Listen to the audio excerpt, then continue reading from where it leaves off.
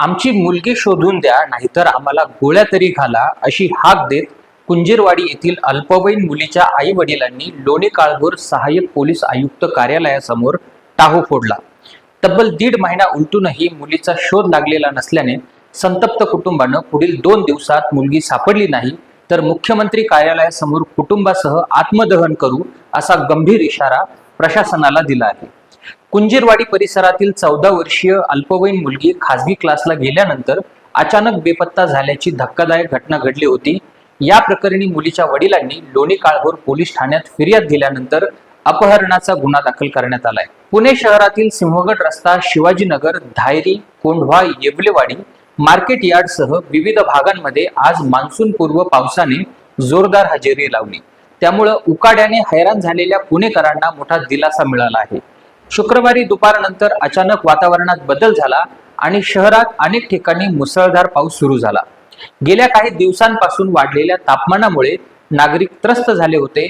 मात्र या अवकाळी पावसामुळे वातावरणात गारवा निर्माण झाला असून नागरिकांना उष्णतेपासून काहीसा दिलासा मिळाला आहे. पुण्यातील एका ज्येष्ठ नागरिकाला थेट कुप्रसिद्ध दाऊद इब्राहिम गँगचा सदस्य असल्याचं सांगत पोलिसांच्या समक्ष त्याची जाहीर बदनामी केल्याचा खळबळजनक प्रकार उघडकीस आला आहे.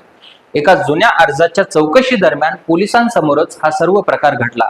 या प्रकरणी विमानतळ पोलिसांनी बदनामी आणि खोटा आरोप केल्याप्रकरणी एका व्यक्तीविरुद्ध गुन्हा दाखल केला आहे.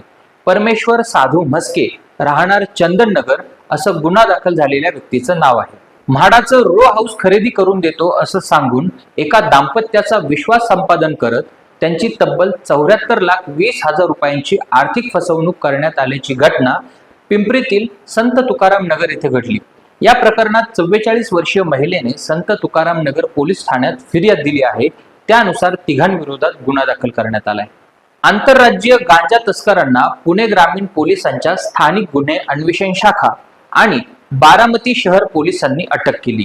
या कारवाईत पोलिसांनी 2,39,00,000 रुपयांचा तब्बल 634 किलो गांजा जप्त केला.